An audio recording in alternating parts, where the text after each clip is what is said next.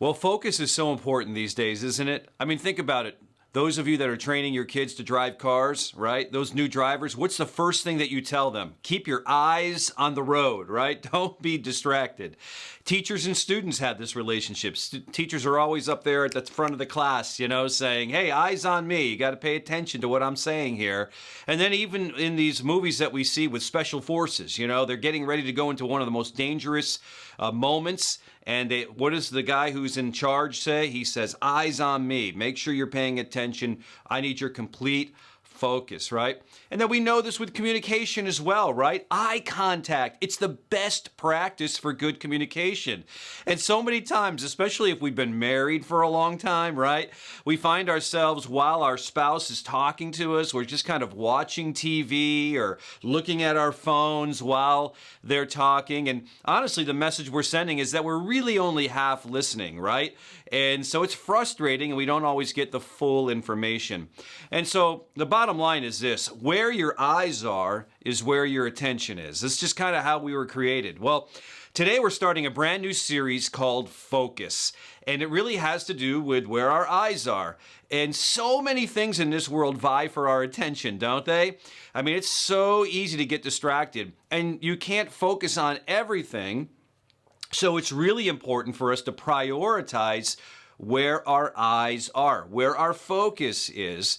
And today, and as you might imagine, when in a church setting and as a setting in which we're following Jesus, we want to make sure that our focus is entirely on Jesus. After all, Jesus was fully God and fully man. He's the lion and the lamb, he's told to be. He's the Alpha, the Omega, which means the beginning and the end, the first and the last.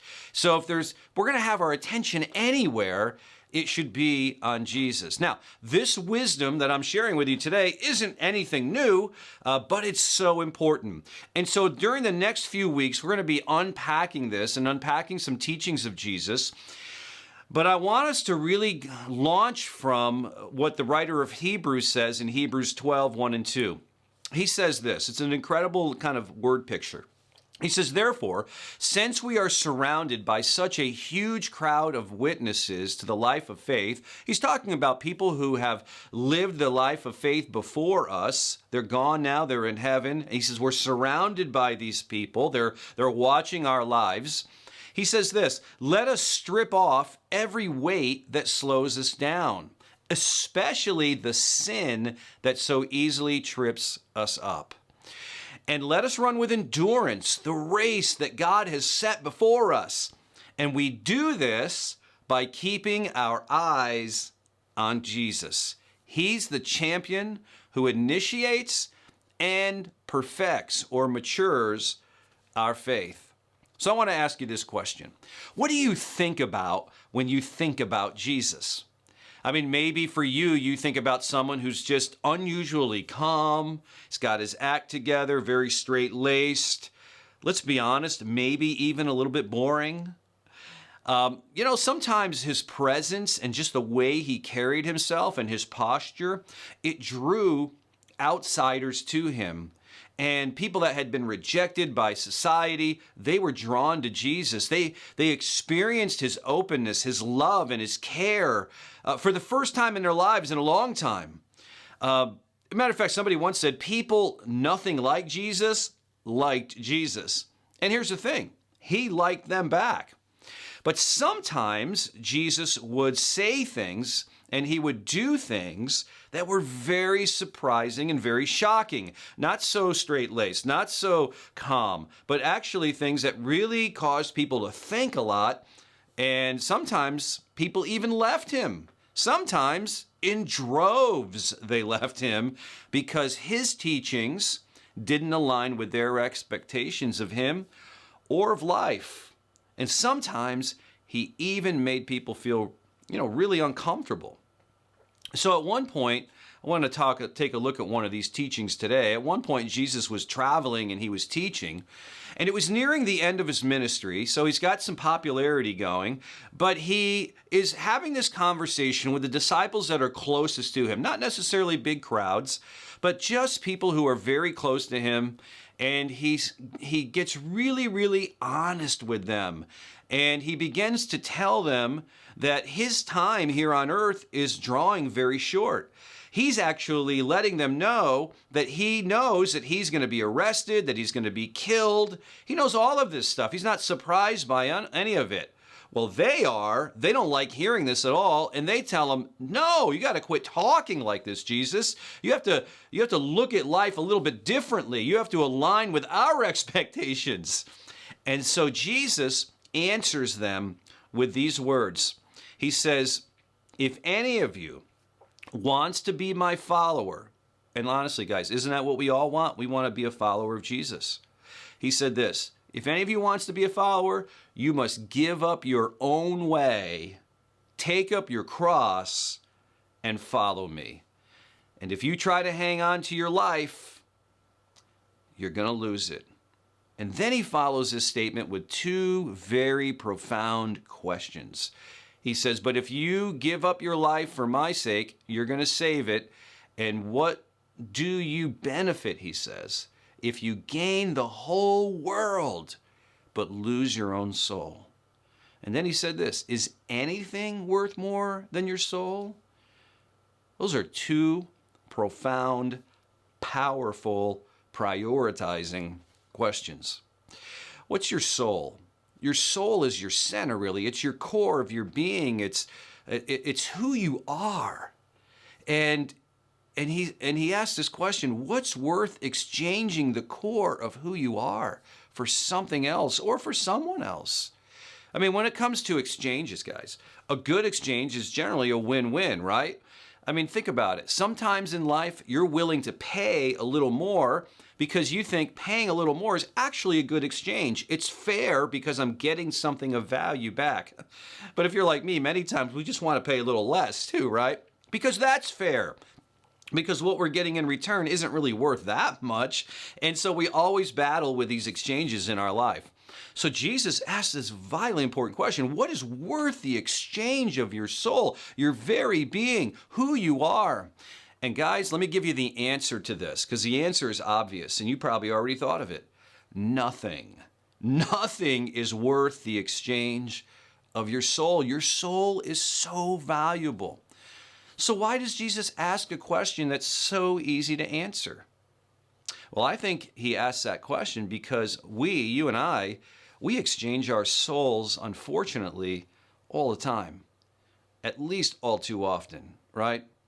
I remember one time I did this in my life when I was in my 20s. I was working at a job, going through college, and I was coming to the end of my whole college career. I was getting ready to graduate. So I was finishing up my job. I only had a couple more days to work, and it got to the last day of work. And I knew that on my last day of work, that once that's over, I'm never coming back to this place of business. I'm moving away. I'll never come back or see this place again. And I was so exhausted and so tired, and I made all the excuses. And I knew deep down inside, with the integrity that should be exhibited, that I should show up on that last day of work and have that last day. And you know what I did in that moment? Knowing that I should have been there, I actually passed on going to work on my last day because I knew that they'd never see me again. And you know what? I feel like, and I know what I did that day, I exchanged my soul for just a few hours. And that has bothered me for the rest of my life. So it's one of the big regrets, a regret at least in my life. And I just feel like, man, that is not how we were to live lives. That's not how we're supposed to go about our business. And it really, really bothers me. And I felt like I exchanged my peace, I exchanged my soul for what? For a few hours? Maybe you have a story like that as well. Maybe it's little lies that we tell, and when we tell these lies, we don't make a big deal about them, but we're really exchanging our soul. Or maybe it's the insane hours you work to get ahead, and you know it's not really good for your family, and you keep telling them it's just for a short while, but it seems like it's been going on for 5, 6, 7, 8, 9, 10 years, and there's a big trade-off that's going along with that. You're exchanging your soul. Maybe it's even the good stuff over the summer that you've been doing, right? You're running from one thing to the next, one experience to the next.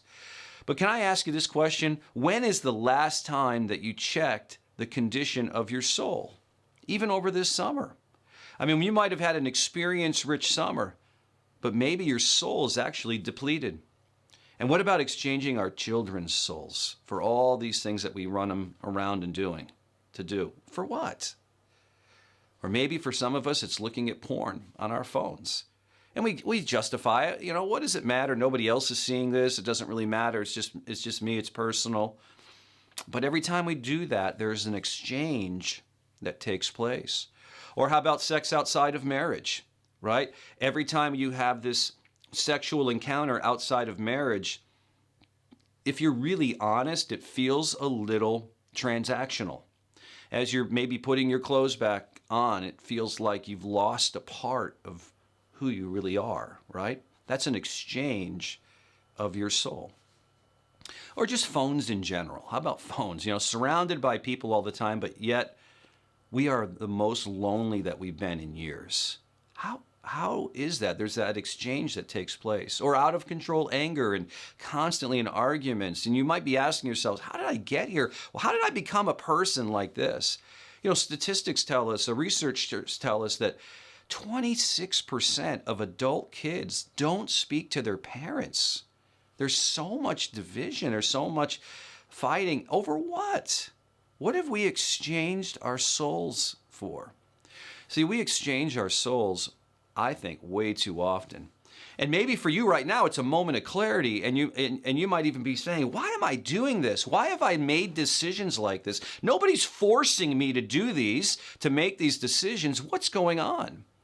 Or maybe for you, the light just turned on for you, and you're like, man, I'm exchanging my soul for something immensely less valuable. And it's just seductive.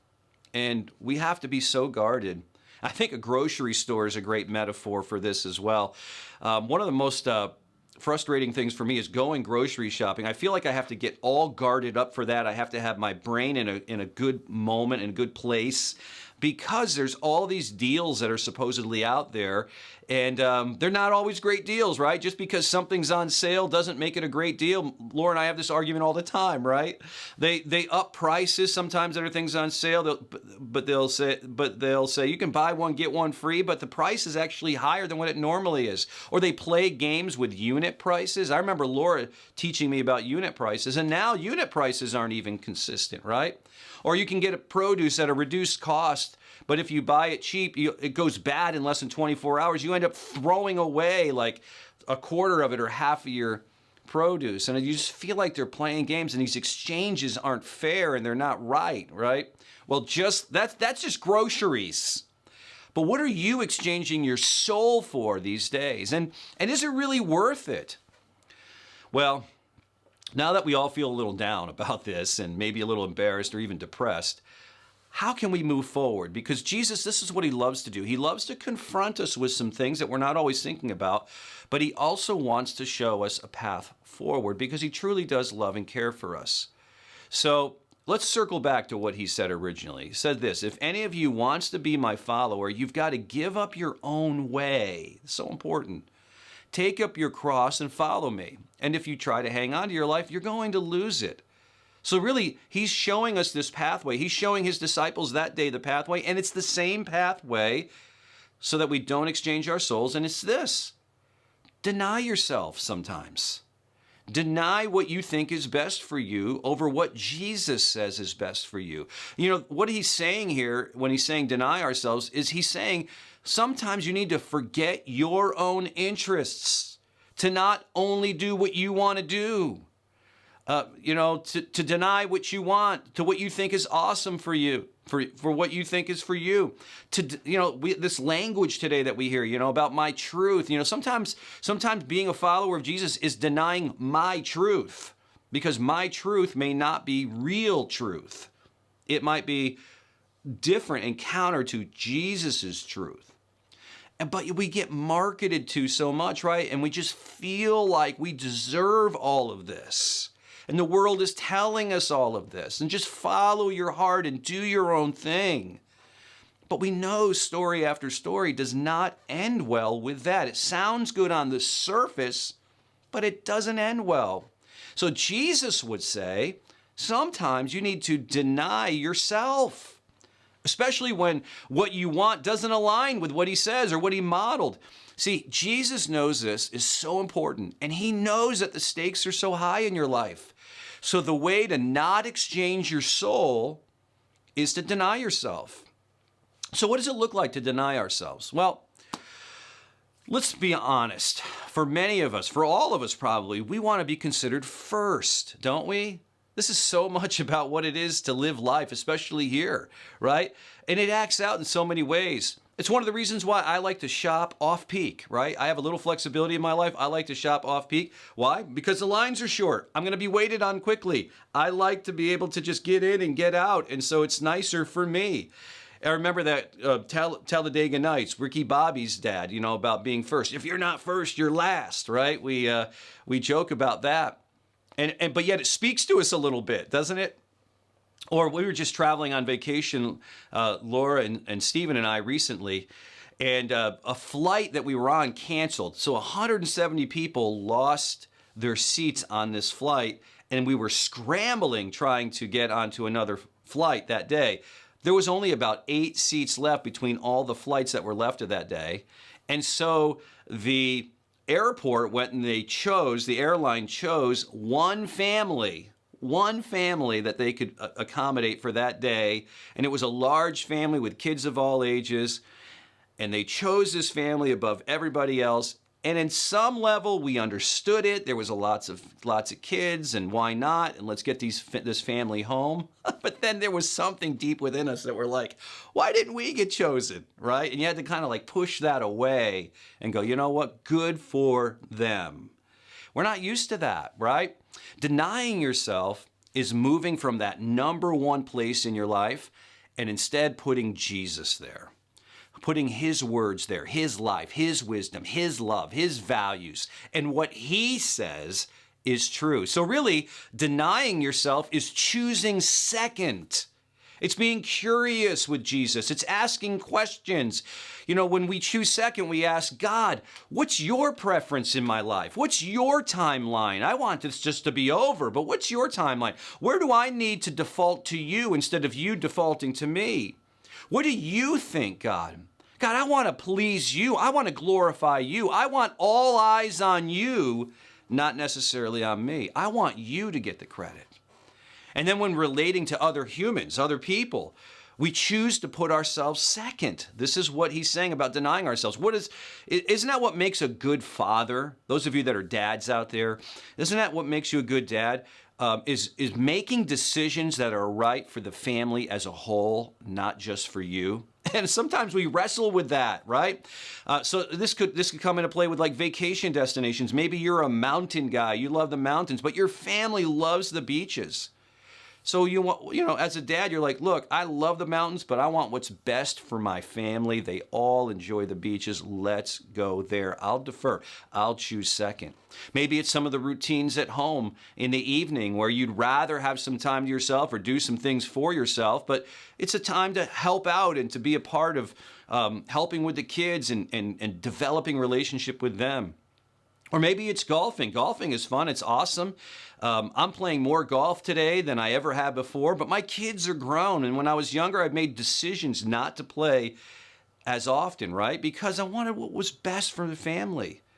And so that is choosing second. And sometimes it's saying no to good opportunities. And sometimes it's saying yes to things that are really most important, that are sometimes hard to say yes to, like being a part of a small group or serving somewhere, because you could say, I'd rather be on the couch at home, but this is important because this is in the sense of sharpening me and building me and helping me to build others. So it's really choosing second. Denying yourself is really being selfless. And that's really one of the hardest things to do, but it is a pathway to someplace amazing in your life. Because when we do this, something strange eventually happens. And this is what Jesus knows. The stuff that we've been chasing by putting ourselves first, that we can't catch, actually start to become a reality in our lives when we choose second. Things like true contentment, true peace, deep joy, greater perspective, resilience in suffering, and even true love. I love how Paul describes love. It might be different from your definition, your truth about love. Paul writes what true love is in 1 Corinthians. He says, love is patient and kind.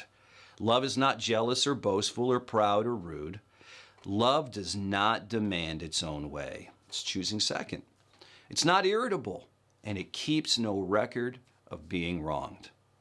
You know, Jesus says when you deny yourself, you find life and you save your soul.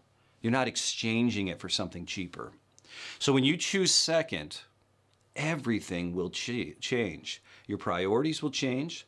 Maybe even your values will ultimately change. And I have to warn you, when you choose second, it will look and feel like initially you're losing your life a little bit. But if you hold on and you trust him, you will actually be finding it. How do I know?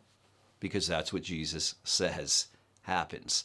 And so for some of us, it might be to invite Jesus into our life, to be the forgiver of our sins, the leader of our life, to have a relationship with him, and to trust and believe that what he did on a cross paid the penalty for our sins, and that following him is literally the best pathway forward for our lives, getting to know God through that relationship with Jesus. For others of us, maybe a good way of choosing second is to choose to be baptized. Maybe you have a relationship with Jesus, but you've never gone public with your faith through baptism. You know, I think baptism is the ultimate I am second statement. Because you're doing something that Jesus said to do. He's commanding us to do it. He told us to do it. He modeled it even. He didn't have to be baptized, but he modeled it because he knew how important it was, because it is an I am second statement. And he said it will set you on the pathway to really experiencing true life with him. So we're baptizing in just a few weeks. Maybe your next step of choosing second would be to sign up to be baptized, to go public with your faith through baptism, to identify with Jesus through his death, his burial, and his resurrection, and die to your old life and your old way of thinking that you have to be first, to choosing second. You know, if we're honest, so many of us are in that number one place in life. We put ourselves in that driver's seat, and God's not there. Matter of fact, we even used to see these bumper stickers that said, God is my co-pilot. You know, why didn't those bumper stickers say, God is my pilot? You know, because we want that control. And we've pursued what we think is right, what feels right to us. But, you know, it's not always aligned with what God says is right or what God says is best. And when we do that, we've exchanged our souls. So I wonder if that's why so many of us are tired, why so many of us are asking this question, why am I doing this? You know, we wonder why we're so angry and so frustrated, so short with people, so fearful and so afraid. Here's the truth, guys. We can't be number one and keep our souls. We just can't. Jesus must be first, not you, and certainly not me. And the remedy to this is to ruthlessly choose second. So, what if you started that today? What if you just said to Jesus, I choose second. Please, Jesus, give me your strength. Give me your self-control. Give me the faith that I lack. I think of David thousands of years ago, the king of Israel, a man after God's own heart. Him and God had an incredible relationship. He loved God, but at times he chose what he wanted, and he did that to the peril of his own soul. And he endured deep brokenness and terrible consequences in his life. Yet upon reflection later in his life, he knew this of God and his mercy. Psalm 23, he says, God, he restores my soul. Man, some of us, we need God to restore our souls. He goes on to actually say, he restores my soul. He leads me. I'm following, I'm second. He leads me in paths of righteousness for his name's sake. What's righteousness? Righteousness is God's standard of what's right, not ours. God's standard of what's right. So maybe for some of us, we need to ask ourselves some questions. What do I need to stop making excuses for? Or what do I need to stop justifying deep in my heart because it's really an exchange of my soul? What promises of God do I need to claim instead of just constantly, not believing them? What examples of Jesus do I need to follow? Even the hard things in his life that he asks us to do. What commands that he says to do I need to obey? And this obedience should be really motivated by our love for Jesus. Jesus even said, if you love me, if you really love me, you'll obey my commandments. You'll do what I say, even though it doesn't align with you necessarily. But because of what Jesus has done for us, we want to say yes to him. Well, my prayer for you today is that maybe you would just spend some time with Jesus and say, Jesus, from this day forward, I want to follow you. And part of following you is denying myself. And I want to thank you for meeting me where I'm at because you're God, I'm not God. So today and for the rest of my life, I want to choose second. I don't want to exchange my soul. And so I want to live the life that you've always designed for me to live. And I hope that that's your prayer. And I hope that you'll make some of those hard decisions because I know that they're going to result in wonderful results. God bless you.